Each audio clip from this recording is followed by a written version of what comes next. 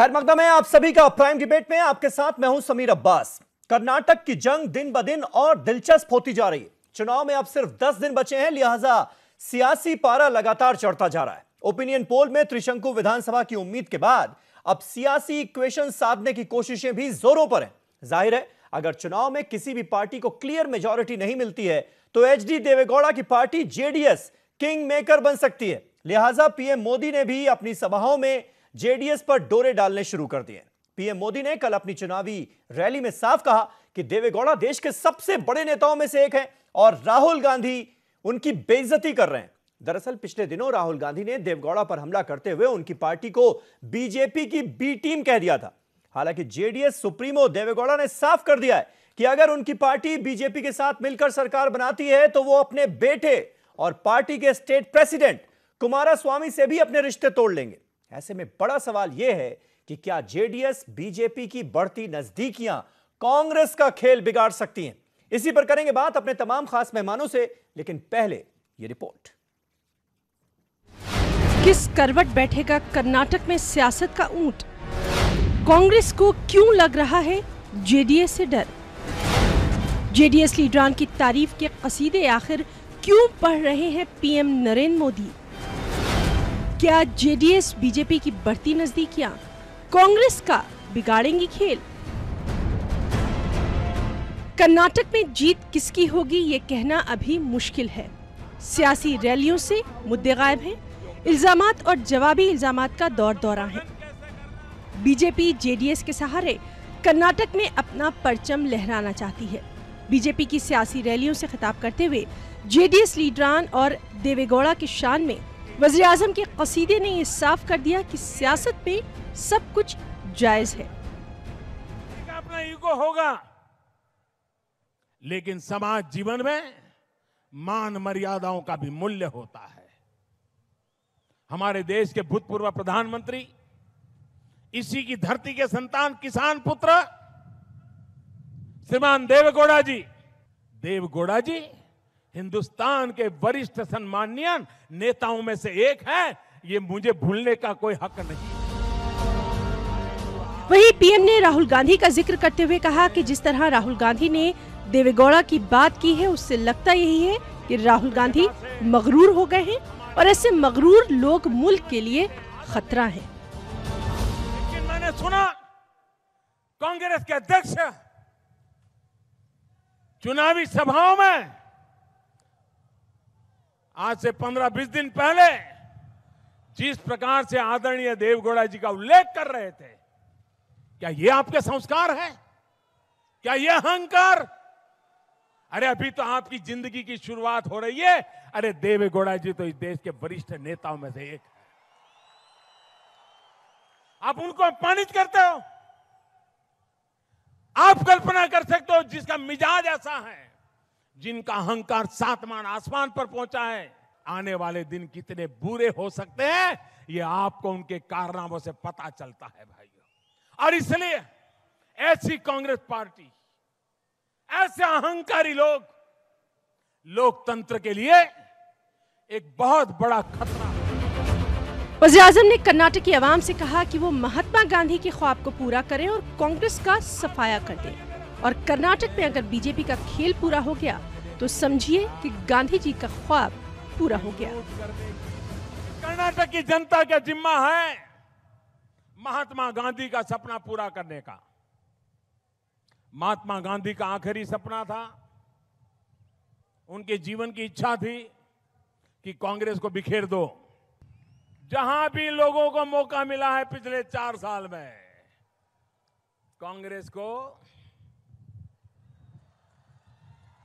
अब बारी किसकी है? अब कर्नाटका की बारी है। कर्नाटका में खेल पूरा हो गया तो फिर तो साहब गांधी जी के आशीर्वाद आप ही पर आने वाले। हालांकि गुज़िश्ता दिनों राहुल गांधी ने एक रैली से खिताब के दौरान जेडीएस को बीजेपी की बी टीम से तशबीह जरूर दी थी और राहुल की इसी तनकीद ने बीजेपी को कसीदे पढ़ने का मौका दे दिया। बीजेपी की बी टीम जनता दल, पहले उन्हें जनता दल एस सेक्युलर कहा जाता था। इस चुनाव में उनका एक नया नाम निकला है, मतलब जेडीएस, मतलब जनता दल संघ परिवार। 12 मई को कर्नाटका में असेंबली इंतखाबात के लिए वोट डाले जाने वाले हैं, लेकिन सियासी रैलियों में कसीदों का दौर जारी है। क्या जेडीएस बीजेपी की बढ़ती नजदीकियां कांग्रेस का खेल बिगाड़ेंगी? क्या जिस ख्वाब का जिक्र वज़ीर-ए-आज़म ने अपनी रैली में किया, महात्मा गांधी का वो ख्वाब कर्नाटक में पूरा हो सकेगा? Bureau report, news 18 Urdu.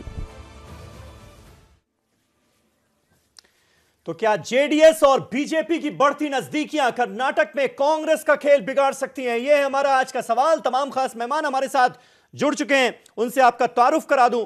हमारे साथ कुंवर दानिश अली साहब मौजूद हैं, जो कि जेडीएस के यानी जनता दल सेक्युलर के देवेगौड़ा साहब की पार्टी के स्पोक्स पर्सन हैं। राजीव पांडे साहब भारतीय जनता पार्टी के स्पोक्स पर्सन मुंबई से हमारे साथ लाइव जुड़ चुके हैं। चरण सिंह सापरा साहब कांग्रेस पार्टी के स्पोक्स पर्सन, वो भी मुंबई से आज हमारे साथ इस बहस का हिस्सा हैं। प्रोफेसर देवराज सिंह साहब हमारे साथ मौजूद हैं, जो कि पॉलिटिकल एनालिस्ट हैं।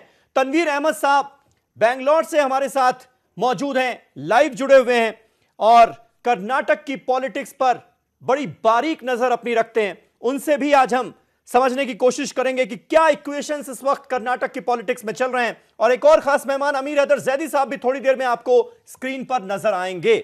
लेकिन राजीव पांडे साहब, पहला सवाल आपसे, क्योंकि नजदीकियां बढ़ाने की शुरुआत बीजेपी की तरफ से इस बार हुई है। जेडीएस तो इनकार करने के मूड में है और डिनायल मोड में नजर आ रही है, लेकिन ऐसा लग रहा है कि आप लोगों को यह आभास हो गया है कि क्लियर मेजॉरिटी इस बार किसी पार्टी को नहीं मिलने वाली है, इसीलिए जेडीएस पर डोरे डाले जा रहे हैं बीजेपी की तरफ से। सही है ये बात?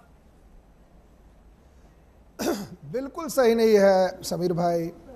प्रधानमंत्री मोदी जी ने जो देवेगौड़ा जी का नाम लिया कि कांग्रेस की पॉलिसी रही है, जो भी व्यक्ति उनके साथ नहीं है उनके साथ दुर्व्यवहार करना। अपने नेताओं में भी अगर कोई गांधी परिवार से नहीं है तो सीताराम केसरी वाली हालत कर देना। तो जो प्रधानमंत्री जी ने कहा है वो एक दूसरा विषय है, इसको आप राजनीति से मत देखिए। भारतीय जनता पार्टी वहां पर 224 मतलब में चुनावी रैली में खुलेआम ये बयान दिया जा रहा है, जेडीएस के नेता को, जेडीएस के प्रेसिडेंट को महान बताया जा रहा है, और हम इसे पॉलिटिकल नजरिए से ही ना देखें। मतलब इतना भोलापन कोई कैसे दिखा सकता है राजीव जी? नहीं समीर भाई, मेरी बात कंप्लीट होने दीजिए। देखिए ऐसा है कि मोदी जी देश के सभी नेताओं का सम्मान करते हैं। वो राहुल गांधी जी में और मोदी जी में अंतर है। मोदी जी देश के सभी नेता और देवेगौड़ा जी पूर्व प्रधानमंत्री है देश के, तो उनके साथ बारे में सम्मान पूर्वक बात होनी चाहिए, यह प्रधानमंत्री जी का कहना था। अब जहां तक चुनाव की बात है, भारतीय जनता पार्टी सुनामी है। आपको मैं आज बता रहा हूं, 15 तारीख को समीर भाई आपको फोन करके बताऊंगा, सुनामी है। मैं भी कर्नाटका होके आया, नॉर्थ कर्नाटका में सुनामी चल रही है और धीरे धीरे वो साउथ से होके कोस्टल। लेकिन राजीव जी इस बार लोग कह रहे हैं सुनामी का जिक्र नहीं हो रहा है। आप लोग ये कह रहे हैं कि बीजेपी की हवा है, कोई नेता ये नहीं कह रहा है कि सुनामी है। अब आप ये पहले नेता हैं जो इस बार कर्नाटक के चुनाव के मद्देनजर आप सुनामी वर्ड का इस्तेमाल कर रहे हैं। मैं कह रहा हूं कि आप सुनिए, उसके कारण मैं बताता हूं। भारतीय जनता पार्टी ने एक दलित ट्राइबल को डिप्टी चीफ मिनिस्टर के रूप में प्रोजेक्ट किया। किस पार्टी ने किया है? भारतीय जनता पार्टी सभी वर्गों की पार्टी है, एक्सेप्ट जो वहाबी लोगों को अगर आप छोड़ दें, इवन जो कुर्बा कम्युनिटी है जिससे सीएम आ रहे हैं, उनका भी वोट धीरे धीरे बीजेपी की तरफ जा रहा है। और सिद्धारमैया जी खुद दोनों सीट हार रहे हैं। जनार्दन रेड्डी दोनों सीट अरे कौन बीच में बोल रहे हैं? जब आप बोलेंगे मैं बोलूंगा। ये दूसरे चैनल नहीं है, जब मुझे सवाल दिया गया है मुझे जवाब देने दीजिए। दूसरे चैनल को यहां मत लाइए प्लीज, रिक्वेस्ट। मैं चुप रहूंगा जब आप बोलेंगे। लास्ट कंप्लीट हो गया ना राजीव जी आपका? एक लाइन वो बीच में बोल दिया उन्होंने। एक लाइन बोलिए। क्या है कि कुछ लोगों को जिनकी फंडिंग बाहर से है उनको छोड़ करके पूरा का पूरा कर्नाटका बीजेपी के साथ है, ये मैं कह रहा हूं।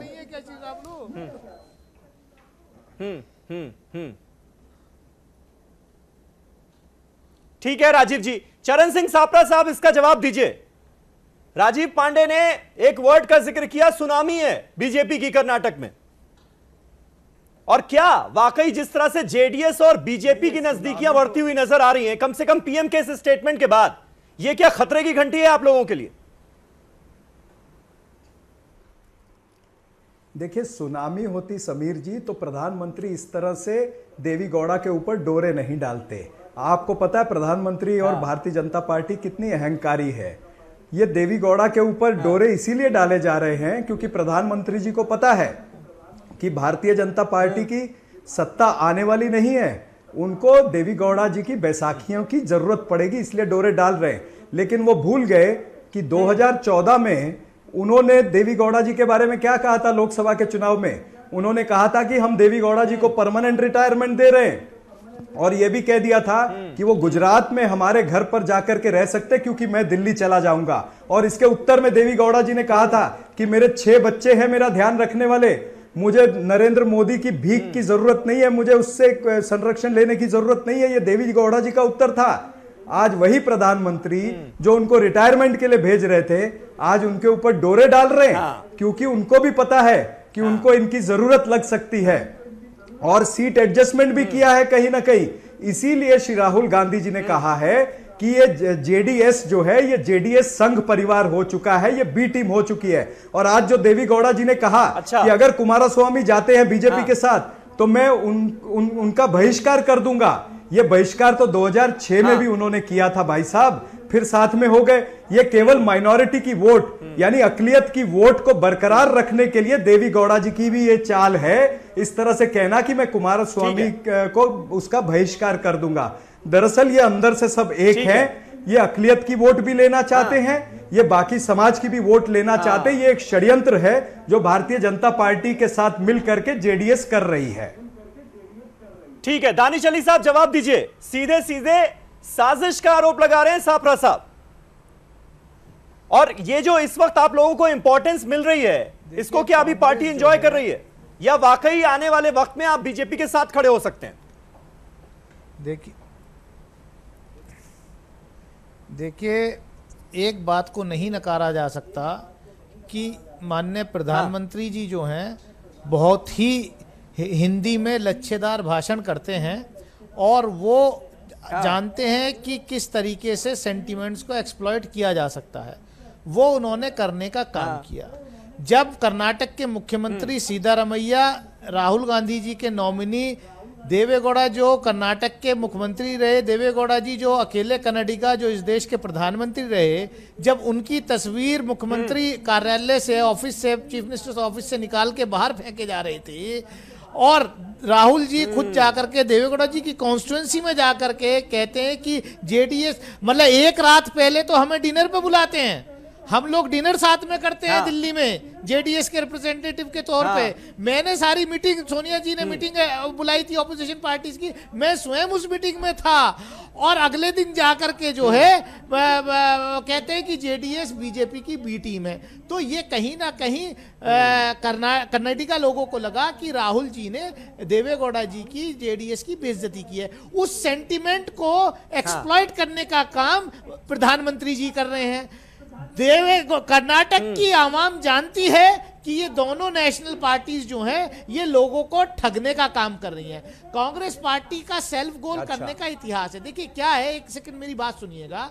कांग्रेस पार्टी हमेशा जो उसके पास ताकत है, उस ताकत का इस्तेमाल वो बजाय बीजेपी और संघ परिवार से लड़ने के, वो अपनी उस पूरी ताकत को जो है बर्बाद करती है रीजनल सेकुलर पार्टीज को डिस्ट्रॉय करने के लिए, बर्बाद करने के लिए। अगर ये ना किया हो, मतलब आपके कहने का ये मतलब है कि जो इंपॉर्टेंस इस वक्त आपको बीजेपी से मिल रही है, दरअसल जेडीएस चाहती है कि वो इंपॉर्टेंस आपको कांग्रेस पार्टी से मिले। नहीं, एक मिनट मेरी बात तो सुनिए सर। मैं जो कहना चाहता हूं, आप समझ नहीं रहे कि मैं क्या कह रहा हूं। मैं ये कह रहा हूं कि कांग्रेस जो है सही तरीके से एनालाइज नहीं कर पाती। कांग्रेस ने, देखिए, गुजरात हो, मध्य प्रदेश हो, राजस्थान हो, छत्तीसगढ़ हो, उत्तराखंड हो, हिमाचल प्रदेश हो, वहां पर कोई जेडीएस, कोई बहुजन समाज पार्टी, कोई समाजवादी पार्टी, कोई रीजनल पार्टी नहीं है। आज जो सूबे बचे हुए हैं, आज जहां पर बीजेपी नहीं है, वह उन्हीं स्टेट में है जहां पर कोई रीजनल पार्टी एग्जिस्ट करती है। चाहे आंध्र प्रदेश हो, चाहे तेलंगाना हो, चाहे कर्नाटका हो, चाहे केरला हो, चाहे वेस्ट बंगाल हो। आप ये कांग्रेस को समझना पड़ेगा कि ये जब तक देश के अंदर दो सेकुलर ऑल्टरनेटिव नहीं रहेंगे तब तक बीजेपी को जीत मिलती जाएगी। और राहुल जी को ये अभी समझना पड़ेगा कि वो कांग्रेस के अध्यक्ष बन चुके हैं, उनकी जिम्मेदारी बनती है कि इस मुल्क की जो सेकुलर रीजनल जमातें हैं उनको साथ लेकर के चलने की सबसे बड़ी जिम्मेदारी इंडियन नेशनल कांग्रेस। बहुत बड़ा मैसेज है ये साफरा साहब आपके लिए। दानिश अली साहब जिस बात का जिक्र कर रहे हैं कि राहुल गांधी को का ये फर्ज बनता है कि वो सारी सेकुलर पार्टीज को साथ लेकर आगे बढ़ें, जो काम आप लोग नहीं कर रहे हैं। और मुझे दानिश अली साहब की बातों से सीधा सीधा यह मैसेज मिल रहा है कि दानिश अली साहब की पार्टी बीजेपी के करीब नहीं, कांग्रेस पार्टी के करीब दिखना चाह रही है। मैं आपसे इसका जवाब लूंगा, लेकिन देवराज सिंह साहब, क्या मैं सही तरीके से एनालाइज कर पा रहा हूं? हमने बीजेपी को सत्ता में नहीं आने दिया। बेंगलोर के अंदर, ठीक है, बेंगलोर के अंदर बीजेपी लार्जेस्ट पार्टी थी, आपकी बात, लेकिन हमने उनको बाहर रखने के लिए कांग्रेस को समर्थन किया। और मेरे व्यूअर्स भी समझ गए होंगे। और देवेगौड़ा जी जब प्रधानमंत्री थे, उन्होंने गुजरात की बीजेपी की सरकार को बर्खास्त करने का काम किया। सर समझ गया, मैं सब कुछ समझ गया। कांग्रेस पार्टी कुछ नहीं कर पाई गुजरात के दंगों के बाद। ठीक है, सुनिए, अब दूसरों की भी सुनिए ना, दूसरों की भी सुनिए। सर दानिश अली साहब, मैं देवराज जी दूंगा। देखिए, बोलिए। देखिए, हाँ, मैं आता हूं। कर्नाटका में जो मुद्दा आ रहा है, जनता दल सेकुलर जी जिस बात को कह रहा है सेकुलर, सेकुलर की जो पॉलिटिक्स है, वो पॉलिटिक्स अब धुलमिल होती जा रही है, क्योंकि अब पार्टियां सेकुलर के नाम पर गठबंधन भूल गई हैं। गुजरात के चुनाव में कहीं पर भी सेकुलर अलायंस नहीं आया। उसके बाद हम नेशनल लेवल पर जो भी कोalition बन रहे, कहीं सेकुलर वर्ड अब गायब होता जा रहा है। और ये मैं पहली बार सुन रहा हूँ कर्नाटका में जो जनता दल सेकुलर है, वो सेकुलर अलायंस को बनाए रखने की बात कर रहा है और उस तरह से वो अपनी आइडेंटिटी बनाने की कोशिश कर रहा है।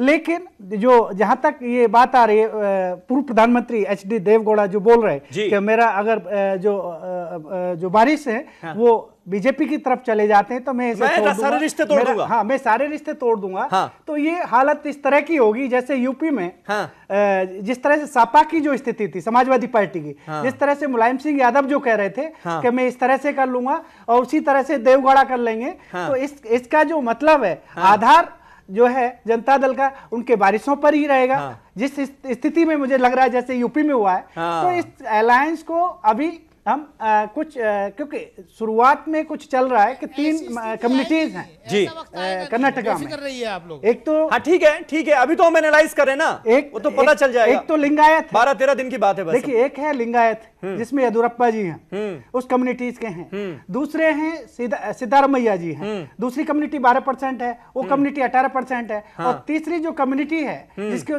जनता दल सेकुलर जो जिसको रिप्रेजेंट कर रहे हैं, उसका परसेंटेज 8% के लगभग 8% है जी। तो इसका जो किंग मेकर का जो रोल प्ले करेगी, वो पार्टी जनता दल सेकुलर कर रही है।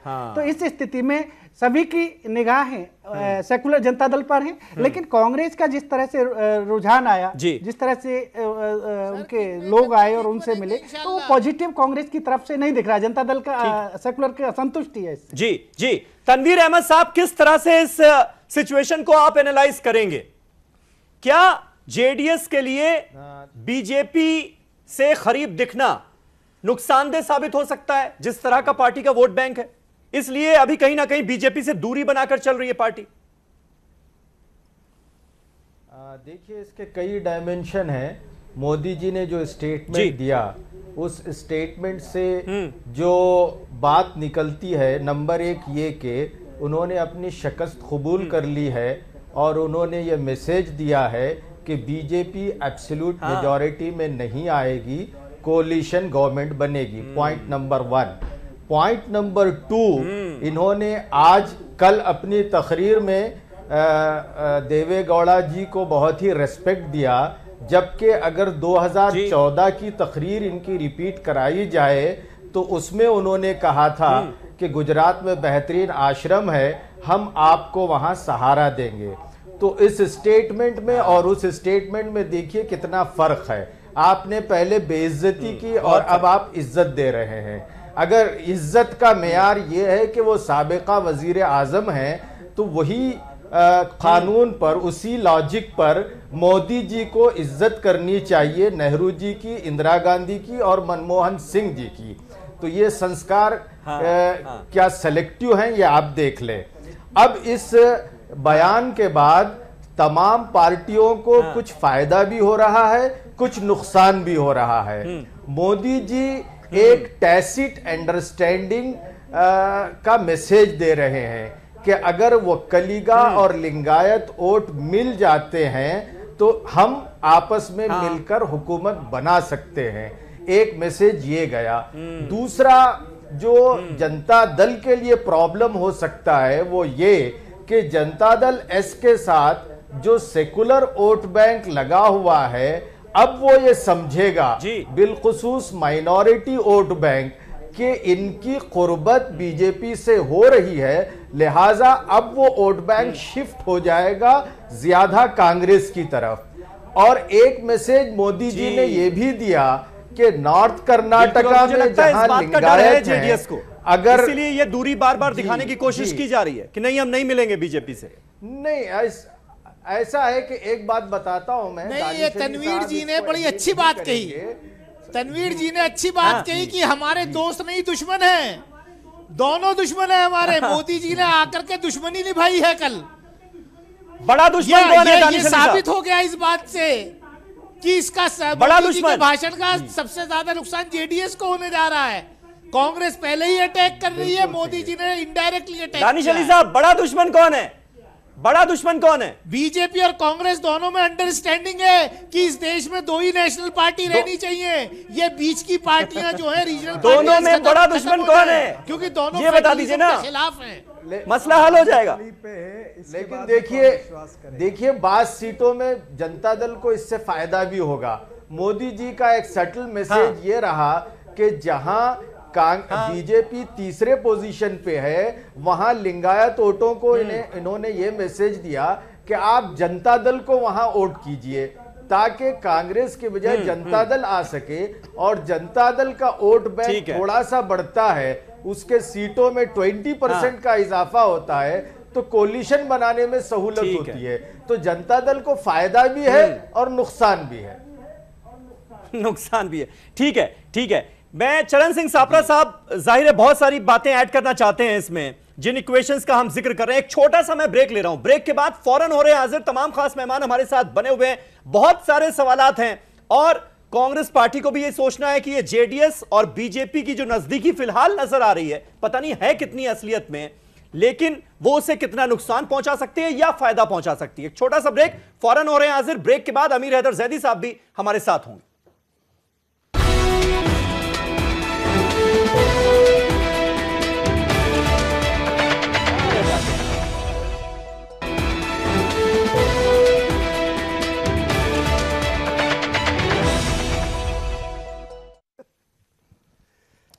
तो क्या जेडीएस बीजेपी की बढ़ती नजदीकियां कांग्रेस का कर्नाटक में खेल बिगाड़ सकती हैं? यह है हमारा आज का सवाल। तमाम खास मेहमान हमारे साथ बने हुए हैं। ब्रेक से पहले जो पैनल था वो तो है ही। अमीर हैदर जैदी साहब भी हमारे साथ अब इस डिबेट को ज्वाइन कर रहे हैं, सीपीआई के सीनियर लीडर हैं। लेकिन राजीव पांडे साहब, पहला सवाल फिर आपसे ही पूछूंगा कि आप लोग जिस तरह से जेडीएस को अपने पाले में लाने की कोशिश कर रहे हैं, इसका मकसद क्या है? सापरा साहब सीधे सीधे कह रहे हैं कि इसका मतलब यह है कि दरअसल बीजेपी भी यह बात मान चुकी है कि क्लियर मेजॉरिटी किसी को नहीं मिलने जा रही।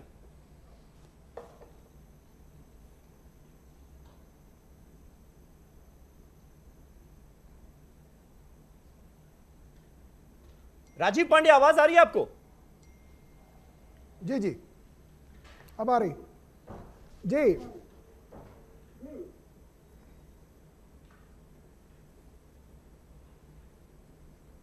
समीर भाई, मैंने आपके सवाल को सुना नहीं, अभी आवाज आना शुरू हुआ है, आप बता सकते हैं?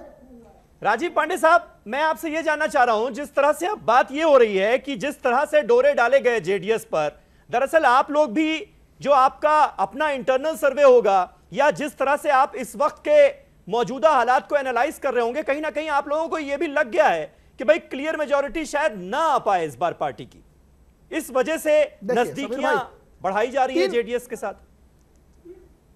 3 फैक्ट्स मैं आपको बताता हूं। 2013 का जो चुनाव बीजेपी वहां हारी क्योंकि करीब 10% वोट येदियुरप्पा जी की पार्टी के पास था और भी एक पार्टी के पास हमारा 4% वोट था।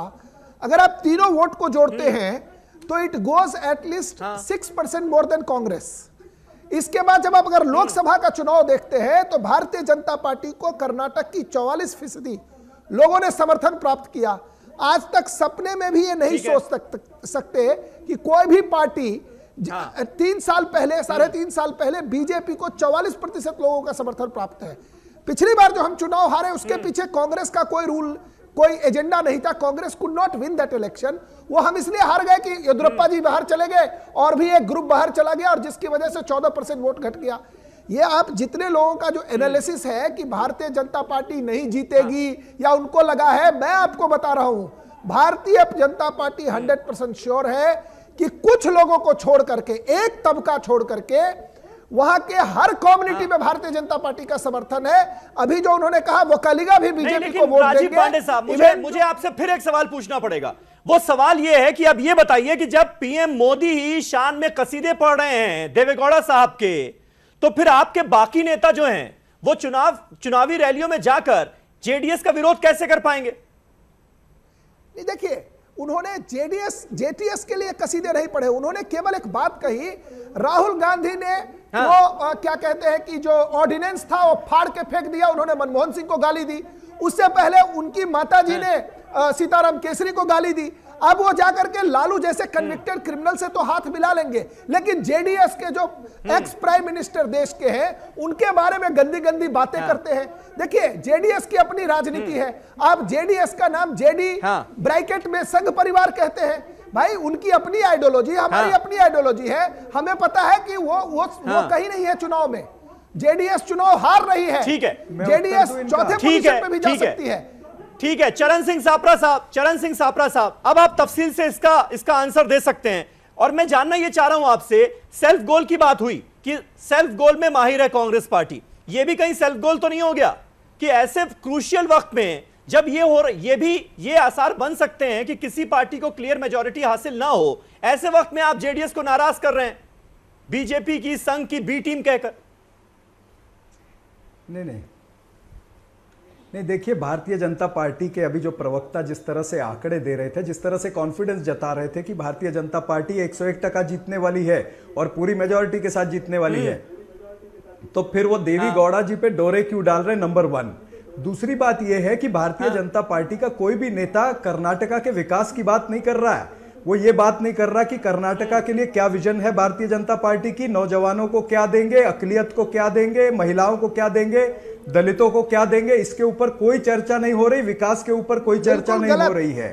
ये भारतीय जनता पार्टी का एजेंडा ही नहीं रहा है। और आज सुनिए, अभी मुझे बोलने दीजिए, मैं बीच में, अरे मैंने बीच में नहीं टोका था। नहीं भाई साहब, मैंने बीच में टोका नहीं था। आपने धर्म के विषय को लाया। नहीं, मैं उस पर भी आऊंगा, आप जाति और धर्म पर चुनाव लाए। अच्छा ठीक है राजीव जी, एक मिनट राजीव सबको डिस्टर्ब कर दिया। मैं सबको देखिए, नहीं देखिए, मैं सबको डिस्टर्ब कर सकता हूँ। सापरा साहब बोलिए, आप मैं सबको डिस्टर्ब कर सकता हूँ। हाँ, मुझे कंप्लीट करने दीजिए। तो देखिए, इस तरह से भारतीय जनता पार्टी विकास के मुद्दे पे नहीं आ रही। तीसरी बात, आज भारतीय जनता पार्टी ने ध्रुवीकरण की राजनीति शुरू कर दी। कैसे? दिल्ली में इनके 4 केंद्रीय मंत्री जाकर के उन्होंने इलेक्शन कमीशन को कंप्लेन किया है कि वहां पर कर्नाटका में गुलाम नबी आजाद साहब और मल्लिकार्जुन खड़गे साहब ये अकलियत की वोट के लिए घूम रहे हैं और वहां पर मुसलमानों की वोट के लिए सीधा सौदे कर रहे हैं। ये इस तरह से इन्होंने आज इलेक्शन कमीशन को झूठा एक कंप्लेन दिया है। अब बात यह है कि कल योगी आदित्यनाथ वहां पर जा रहे हैं, तो भारतीय जनता पार्टी देखिए कितनी अच्छे से, कितनी आसानी से एक ध्रुवीकरण का प्लेटफॉर्म आज बना रहे इलेक्शन कमीशन के पास। और कल योगी आदित्यनाथ आएंगे, भाई ठीक ध्रुवीकरण की राजनीति करेंगे। ठीक है, वो सारी बातें आपकी ठीक है, लेकिन सवाल का जवाब ना रह जाए। जेडीएस भी साइड में रह गए। जेडीएस को नाराज क्यों कर रहे हैं? हाँ बताइए ना।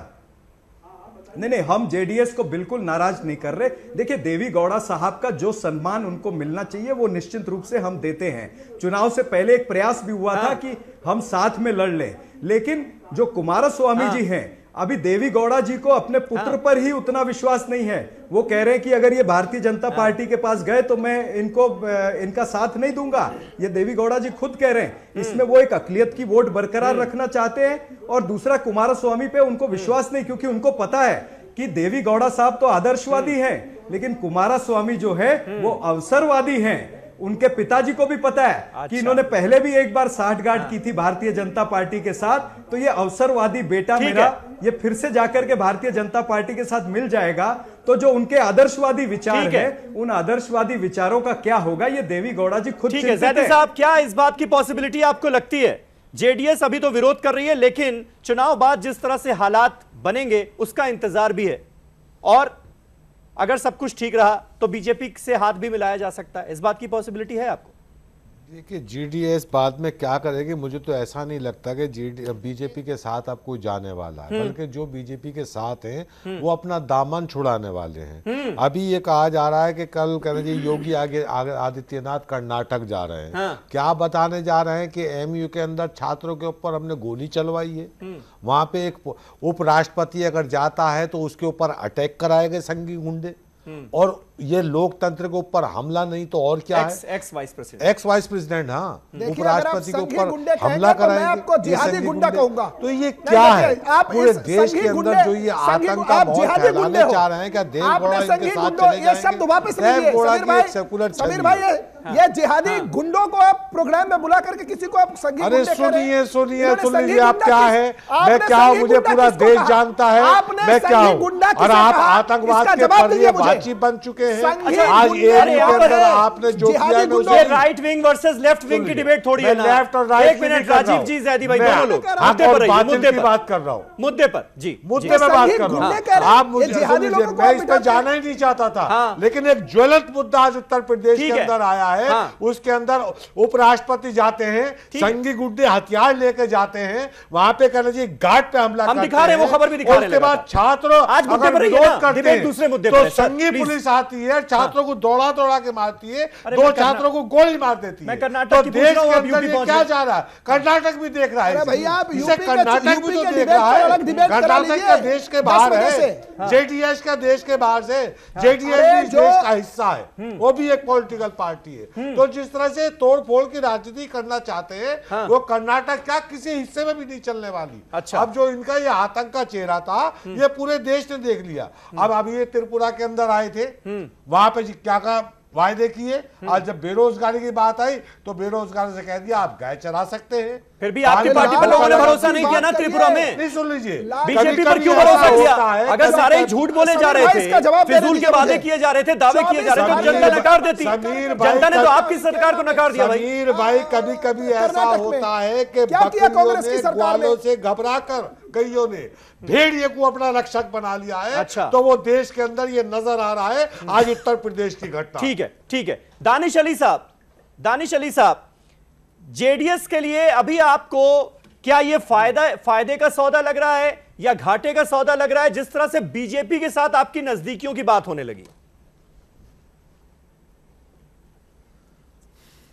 देखिए, बीजेपी के साथ हमारी कोई नज़दीकी नहीं है। मैंने आपको एक एग्जाम्पल दिया था कि कांग्रेस बीजेपी से नहीं लड़ती, बीजेपी से रीजनल पार्टीज ही लड़ती हैं, सेकुलर पार्टीज लड़ती हैं। और मैंने एक एग्जाम्पल दिया था कि कांग्रेस तो नरेंद्र मोदी जी जब कर्नाटक के वहाँ गुजरात के मुख्यमंत्री थे तो कांग्रेस के बड़े लीडर कहते थे एक मोदी को दिखा करके हम 20% वोट अपने पक्ष में कर लेंगे, जिंदा रखना है। और देखिए हुआ क्या, देवेगौड़ा जी जब प्रधानमंत्री थे तो गुजरात की भारतीय जनता पार्टी की सरकार को बर्खास्त करने का काम देवेगौड़ा जी ने किया था। कांग्रेस पार्टी गुजरात में नरेंद्र मोदी की सरकार को बर्खास्त नहीं कर पाई। और मैं आपके इस चैनल के माध्यम से मांग करता हूं कि जिस तरीके से उत्तर प्रदेश के अंदर अलीगढ़ के अंदर हिंदू युवा वाहिनी ने गुंडागर्दी की है, भारतीय जनता पार्टी के प्रवक्ता सुन ले, भारतीय जनता पार्टी के प्रवक्ता सुन ले, हमारा जेडीएस की मांग है कि हिंदू युवा वाहिनी को तुरंत बैन किया जाना चाहिए अगर उत्तर प्रदेश में अमन चैन लाना है,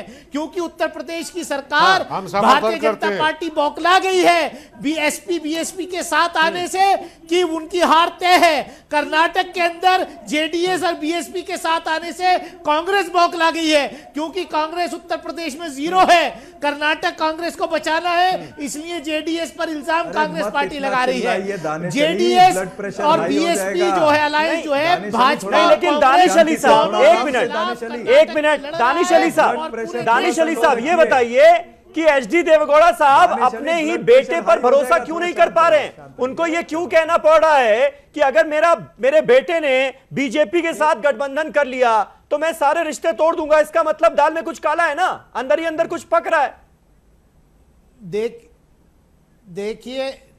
देखिए समीर भाई, देवेगौड़ा साहब को और दानिश अली को पूरा यकीन है कि कुमार स्वामी बीजेपी के साथ नहीं जाएंगे, किसी कीमत पे जाएंगे। लेकिन जब एक पत्रकार ने सवाल पूछा, हिंदुस्तान के 3 बड़े जर्नलिस्ट थे जिन्होंने ये सवाल पूछा कि भी अगर ऐसा हुआ तो आप क्या करेंगे, हमने कहा नहीं कुछ भी नहीं। देवेगौड़ा जी से तीसरी बार पूछा कि सपोज हाइपोथेटिकल अगर ऐसा हो गया तो क्या होगा, तब उन्होंने कहा कि मैं इस एक्सटेंट तक जाऊंगा कि मैं अपने बेटे को डिसोन कर दूंगा। ठीक है, ठीक है, ठीक है, तो भरोसा करना चाहिए देवराज सिंह साहब, उन्होंने 2006 में भी किया था। हालांकि आप कुमार स्वामी से जब बार-बार पूछा गया तो गठबंधन के बारे में उन्होंने पत्ते नहीं खोले कि ऐसा कोई पोस्ट पोल अलायंस हो सकता है, इसके बारे में पत्ते नहीं खोले, उन्होंने इनकार नहीं किया है। लेकिन देवेगौड़ा साहब का रिएक्शन आपके सामने कैसे एनालाइज करेंगे? पहले ही बताया जा चुका है कि पहले भी बीजेपी के साथ जनता दल सेकुलर गठबंधन कर चुका था। हाँ। और अब भी वही स्थिति आ रही है। तो जब भी इनका जो तालमेल है, देवेगौड़ा जी जब भी नहीं चाहते थे पूर्व प्रधानमंत्री और अभी भी नहीं चाह रहे, पिछली बार मैं वही कह रहा था, यूपी की जो हालत है जिस तरह से हुई थी, का काम किया, सीतारमैया को तोड़ा कांग्रेस ने जेडीएस से, एमपी प्रकाश को तोड़ा, 12 मिनिस्टर को कांग्रेस ले गई, 18 एमएलए को ले गई तोड़ करके, कांग्रेस ने जेडीएस को तोड़ने का काम किया था। उस मजबूरी में कुमार स्वामी ने बीजेपी साथ मिलाया था।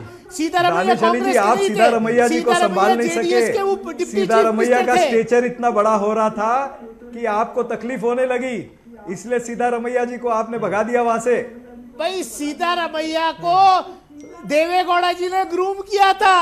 सीतारमैया जो हो गया उसमें मत बोलिए, देवेगौड़ा जी ने बनाया था। ठीक है ना, कांग्रेस ने उन पर दौड़े डाल लिए, कांग्रेस ने जेडीएस को तोड़ने का काम किया।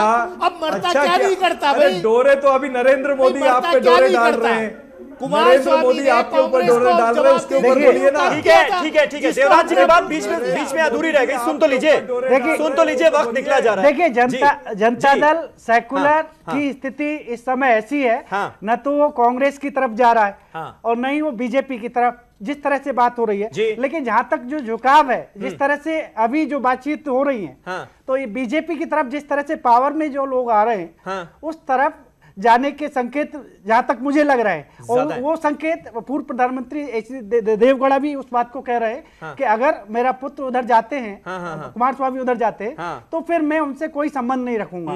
तो वही बात यहाँ पर आ रही है जो पिछली बार जो यूपी का चुनाव हुआ था, जिसमें समाजवादी पार्टी की जो स्थिति हो रही थी, तो वही हालत इस तरह से हो, पहले भी इस तरह से घटना घट चुकी है। तो ये तनवीर अहमद साहब, अगर जेडीएस कि जिस तरह की पॉलिटिक्स है, जिस तरह का वोट बैंक है, ज्यादा बेहतर उनके लिए क्या होगा, या ये कहें ज्यादा आसान फैसला उनके लिए क्या होगा, बीजेपी के साथ जाना या कांग्रेस के साथ जाना? देखिए साहब, जनता दल में 3 सोच हैं। एक सोच एचडी देवेगौड़ा जी की है। एचडी देवेगौड़ा साहब बड़ी हद तक सेकुलर है और देश में जो हो रहा है उस पर बड़ी फिक्रमंदी का इजहार करते हैं, कंसर्न का इजहार करते हैं। तो देवेगौड़ा जी शायद ये चाहेंगे कि वो कांग्रेस के साथ जाएं, लेकिन माइनस सिद्धरामैया, उनके चॉइस का चीफ मिनिस्टर हो, सिद्धरामैया जी ना हो सकता है वो किसी गौड़ा वक्कलिगा कम्युनिटी के शख्स को चीफ मिनिस्टर चाहेंगे।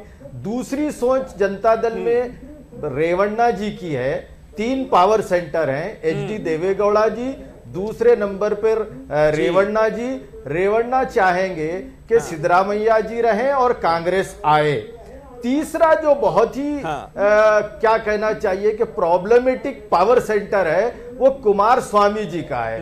कुमार स्वामी ने गुज़िश्ता दिनों ये कहा था कि मैं किंग मेकर नहीं किंग बनूंगा, तो वो जहां किंग बनेंगे वहां जाएंगे। और ऐसी सूरत में वो बीजेपी में वो ज्यादा अपने आप को शायद कंफर्टेबल फील करेंगे या बीजेपी उन्हें अकोमोडेट करेगी। हो सकता है कुमार स्वामी साहब ये चाहेंगे कि अगर मैं चीफ मिनिस्टर ना बनूं तो कम से कम मेरा जो शख्स होगा वो चीफ मिनिस्टर बने, यानी येडियुरप्पा जी चीफ मिनिस्टर ना बने। तो ये जनता दल के अंदर की सोच ऐसी महसूस होती है, इस तरह का एनालिसिस सामने आ रहा है। और आप देखेंगे कि अभी योगी आदित्यनाथ जी लास्ट टाइम जब आए थे तो आदि चुनचनगिरी गए थे, जो वक्कलिगा का बड़ा मठ है, तो उन्होंने वहां ये सिग्नल दिया और ये कहा कि नथ और ये आदि चुनचनगिरी मठ दोनों आइडियोलॉजिकली सेम है। तो इस तरह नजदीकियां बढ़ रहे हैं और कुमार स्वामी को वो ज्यादा चाहेंगे। एचडी देवेगौड़ा और रेवन्ना शायद नहीं चाहेंगे कि बीजेपी के साथ जाएं, कांग्रेस के साथ जाएं। ये आमतौर पर रुझान महसूस हो रहा है। जी राजीव पांडे साहब, पिछले दिनों खबर यह भी आ रही थी कि अगर ऐसे कोई सूरत हाल बनते हैं और जेडीएस के साथ आप लोग जाते हैं तो कुमारस्वामी साहब को डिप्टी सीएम पद भी ऑफर किया जा सकता है। और अब पीएम के स्टेटमेंट के बाद ये जो सोच थी इसको और बल मिला है। देखिए समीर भाई, ये सब जर्नलिस्टों के लिए ठीक है, ये इधर जाएंगे उधर जाएंगे, ऐसे करेंगे वैसे करेंगे। देखिए चुनाव में कंप्लीटली लड़ाई वहां नेशनलिस्ट वर्सेस रेस्ट की है और जिस तरीके से वहां पर 24 भारतीय जनता पार्टी और संघ के कार्यकर्ताओं की हत्या हुई पीएफआई और एसडीपीआई पे, इसलिए हिंदुओं में एक कंप्लीटली यूनिटी है। मैं बार-बार आपको कह रहा हूं जो दूसरों की हत्या कर रहे हो। एक मिनट, जो सिद्धारमैया जी कभी भी राजीव जी यहाँ पर भी नेशनलिस्ट एंगल ले आया, यहाँ पर भी राष्ट्रवादी वर्सेस देशद्रोही एंगल ले आया। एक मिनट, और जो सबकी हत्या करते घूम रहे हो, आज उस आदमी के ऊपर आपने अटैक किया है जिसके घर के अंदर 18 स्वतंत्रता सेनानी है। अरे भैया 18 की जैदी भाई, इसके बाद राष्ट्रवाद में पूरे आरएसएस में जैदी भाई इसके बाद बोल लीजिएगा ना। राजीव पांडे साहब के बाद में आ जाऊंगा आपके पास। जी राजीव जी बोले। मैं क्या कह रहा हूं, इनकी हामिद अली अंसारी के घर में 18 स्वतंत्रता सेनानी पार्टीज केवल टीवी में डिबेट के लिए बचे हैं, जनता ग्राउंड पर तो इनका काम है नहीं। त्रिपुरा में इनकी हालत हम जब सड़क पे उतरते हैं ना तो हमसे आप ही घबराते हैं। अरे रुको केरल के अंदर जब 1 लाख रेड गार्ड ने मार्च किया ना तो जितने संगी थे वो चोर की तरह घर में घुसे हुए थे। अच्छा जैदी भाई ठीक है बस। फिर आप जैदी जी, आप संघी गुंडे बोलते हैं, संघी चूहे बोलते हैं, इसीलिए आपकी हालत इतनी खराब है। 18 स्वतंत्रता कोई नहीं है। हामिद अंसारी के वंशज। अरे छोड़ो यार, तुम संघ परिवार हो। जिहादियों का संगठन है सीपीआईएम। आज वो लेफ्टिस्ट पार्टी केवल जिहादियों का संगठन है। पूरी की पूरी लेफ्ट पार्टी वहाबियों के फंडिंग से चलती है।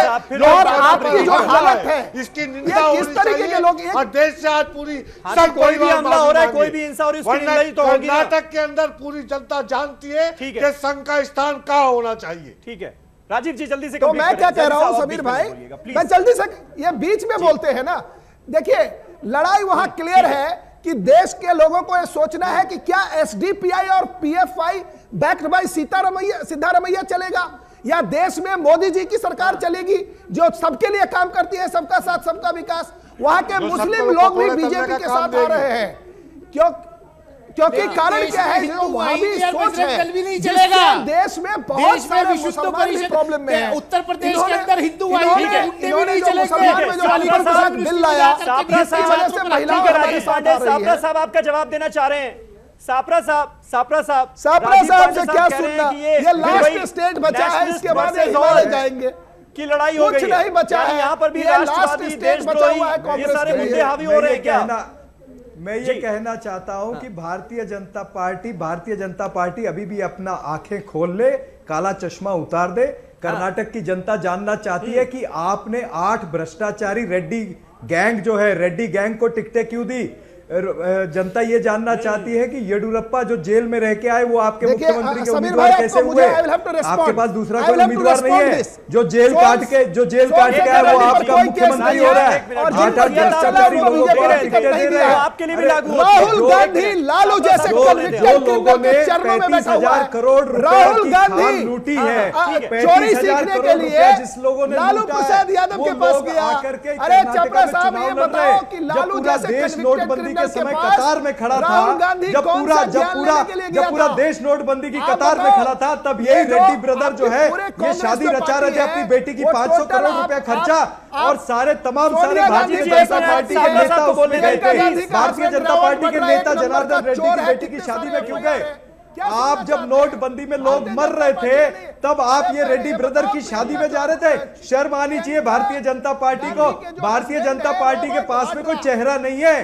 भारतीय जनता पार्टी साफ हो चुकी है। कर्नाटका के पास आपके मुद्दे नहीं है। आप अभी ध्रुवीकरण की राजनीति पे आओगे, आप अभी हिंदू मुसलमान की लड़ाई लगवाओगे, आप अभी ऊंची और नीची जाति की लड़ाई लगवाओगे, सवर्णों की और दलितों की लड़ाई लगवाओगे, विभाजन की राजनीति करोगे। विभाजन की राजनीति करके आप अपनी वोट लेना चाहते हो। इसके ऊपर ऐसी सिचुएशन आई कि किसी पार्टी को क्लियर मेजॉरिटी नहीं मिली, तो आप जेडीएस को क्यों नाराज कर रहे हैं? जबकि जेडीएस साफ तौर पर कह रही है कि वो बीजेपी के साथ नहीं जाएगी, कांग्रेस के साथ सोचा जा सकता है।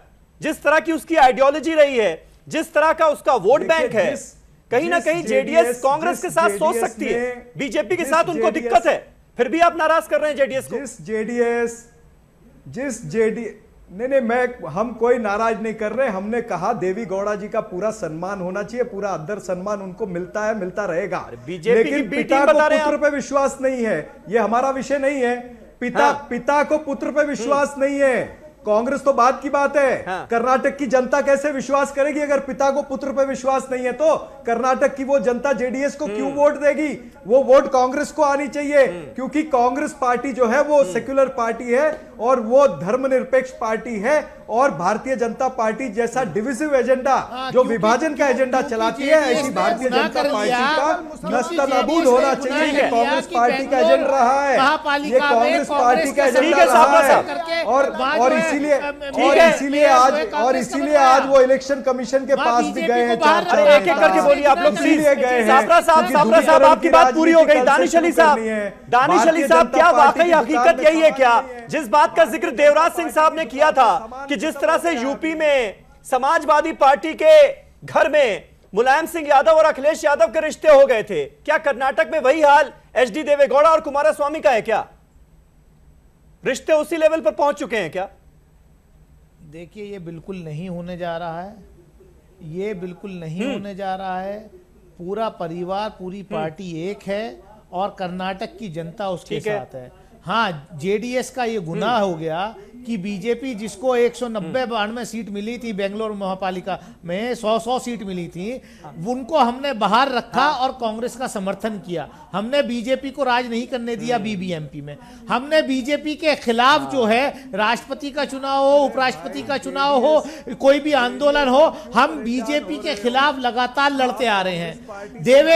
और देवेगौड़ा जी ने, और देखिए देवेगौड़ा जी ने और कुमारस्वामी ने यही कह रहे हैं। नहीं, सुनिए, आप मेरी बात तो सुन लीजिए सर। सर, मेरी बात तो सुन लीजिए, क्यों डिस्टर्ब कर रहे हैं? मैं आपके चैनल पे सिर्फ इतना कह सकता हूं, लास्ट कमेंट, मैं इतना कह सकता हूं कि बीजेपी जिस सुनामी और आंधी की बात कर रही है, वो आकर के साउथ कर्नाटक में रुक जाएगी, जहां पर जनता दल सेकुलर चट्टान की तरह खड़ा है, जहां डायरेक्ट कांग्रेस और बीजेपी की फाइट है। मुंबई कर्नाटक, हैदराबाद कर्नाटक, कोस्टल कर्नाटक में वहां कांग्रेस हारेगी, बीजेपी को एंट्री नहीं देगी जेडीएस, और इसका क्रेडिट जेडीएस को जाएगा। 15 दानिश अली साहब, ठीक है। तनवीर अहमद साहब, लास्ट कमेंट आपसे सर।